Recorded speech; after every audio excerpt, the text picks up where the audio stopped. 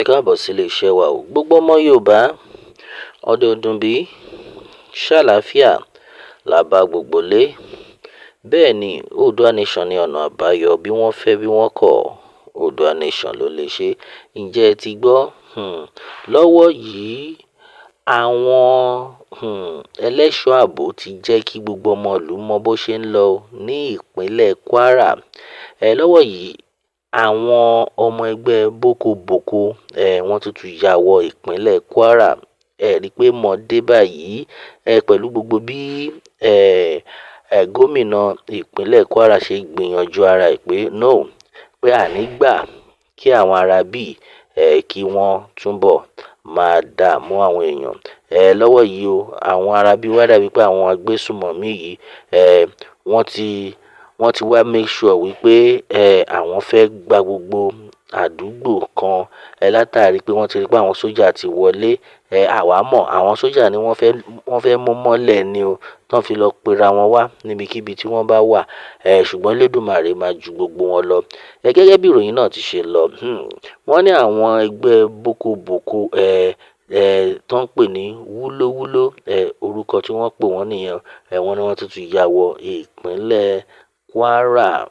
Àfi kí Elédùmarè ṣàánú wa. Lọ́wọ́ yìí wọ́n ní the defence headquarter has vowed to neutralize the newly emerged terrorist group Wúlówúló, a Boko Haram splinter faction now active in Kwara and Nasarawa states. The military insists it will treat all armed groups as terrorists regardless of their name, following Governor Abdullahi Sule's warning about the group's infiltration into the north-central region. Now, gẹ́gẹ́ bí ìròyìn náà ṣe lọ, as the new threats like Wúlówúló emerge, the resolve of security forces is tested in a region already wary of violence, a storm that demands both vigilance and decisive action. Meanwhile, gẹ́gẹ́ bí ó ti ṣe lọ, àwọn ọmọ ológun wọ́n ti ní pé àwọn ò ní gbà kí àwọn ará bí kí wọ́n máa ṣe bó ṣe wù wọ́n ní ìpínlẹ̀ Kwara, pé àwọn máa make sure pé àwọn mú wọn balẹ̀. Lọ́wọ́ yìí ìyàlẹ́nu tó tiẹ̀ wá jẹ́ ni wípé pẹ̀lú bí àwọn ìjọba bí wọ́n ṣe ń gbìyànjú àti mú àwọn ará bí balẹ̀, bẹ́ẹ̀ ni wọ́n ń pọ̀ sí. Lẹ́nu àná yìí ni mo fi hàn yín bí wọ́n ṣe ń wọlé tí wọ́n ń gba ìpínlẹ̀ Niger. Wọ́n ń gba gbogbo bẹ̀yẹn, wọ́n ń gba wọlé pẹ̀lú ọ̀kadà. Àwọn about 300 ọ̀kadà bíi 300 ni wọ́n ya wọlé látàrí wípé àwọn tí ó yẹ àwọn immigration ṣáwọn immigration la máa pè táwọn rẹ̀ ṣe máa ṣí border lẹ̀ táwọn èèyàn kàn dẹ̀ máa wọlé bó ṣe wù wọ́n. Ṣùgbọ́n àfi kí Elédùmarè máa túbọ̀ máa ṣọ́ wa ní o, torí pé àwọn ará bí wọn ṣeré rárá. Eléyìí ti fi hàn wípé bí ẹ ṣe ń pa wọ́n sí òun ni wọ́n ń pọ̀ sí o. Ìyẹn tẹ́ bá ti ń rí wọn pa ni. Bẹ́ẹ̀ ni ìyẹn tó bá ń rí wọn pa, because látijọ́ ìyá ti ń pariwo pé ẹ gbìyànjú kẹ́ ẹ máa mú wọn kẹ́dẹ̀ máa ṣe kinní yẹn fún wọn. Èwo ni pé tẹ́ bá ti wá mú wọn tán ẹ kàn máa lọ tì wọ́n mọ́ ibì kan, ká tó wí ká tó fọ̀ àwọn alágbára látòkè á tún san owó á tún kówó lẹ̀ ẹ tún release wọn. Ọ̀nà dà tí wọ́n ṣe ní bẹ̀rẹ̀ sí ní máa wùwà láabi wọn, ọ̀nà dà tí wọ́n ní máa ṣe bó ṣe wù wọ́n, because bó ṣe ń lọ kò yẹ kó máa lọ bẹ́ẹ̀, kò yẹ kó máa lọ báyìí rárá. Àfi kí Elédùmarè ṣàánú wa ni. Oòduà Nation nìkan ni ọ̀nà àbáyọ.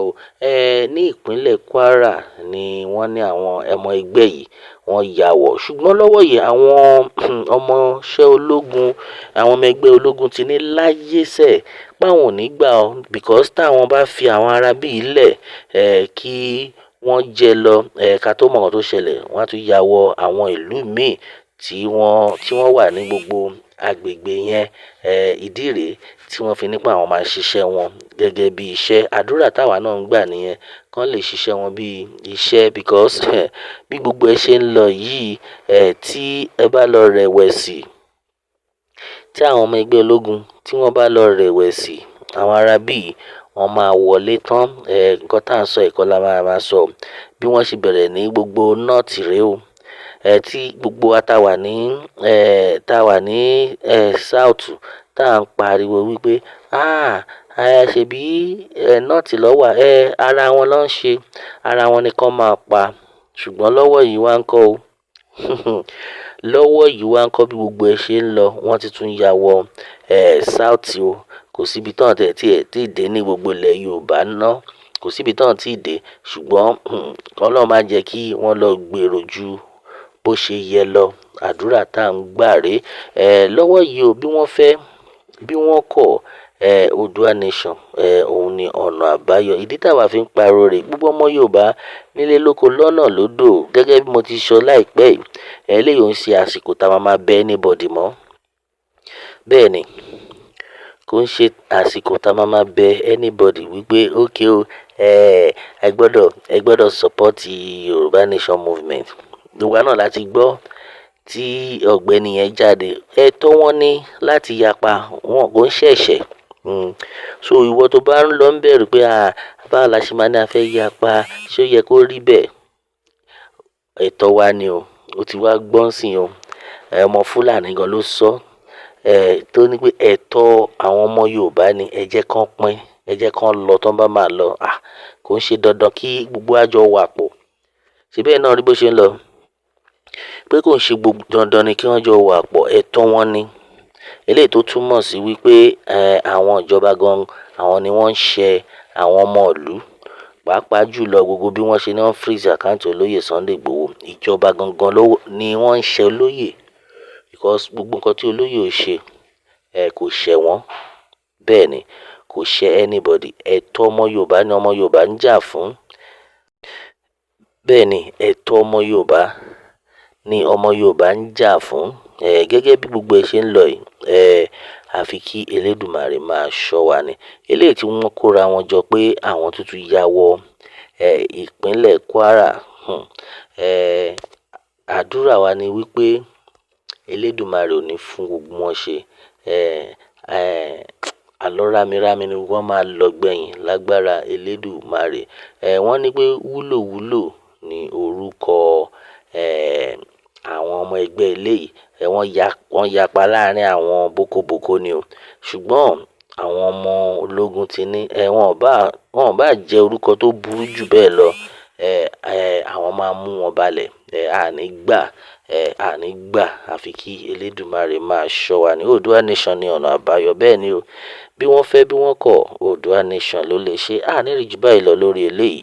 A ó máa bẹ ọ̀bẹ níbẹ̀ ṣàtẹ́lẹsẹ̀ abẹnáwó. Ẹni tó bá lámábọ̀là ní débá, kí Elédùà kó bùkún fún orílẹ̀-èdè Yorùbá. Ó dàbọ̀.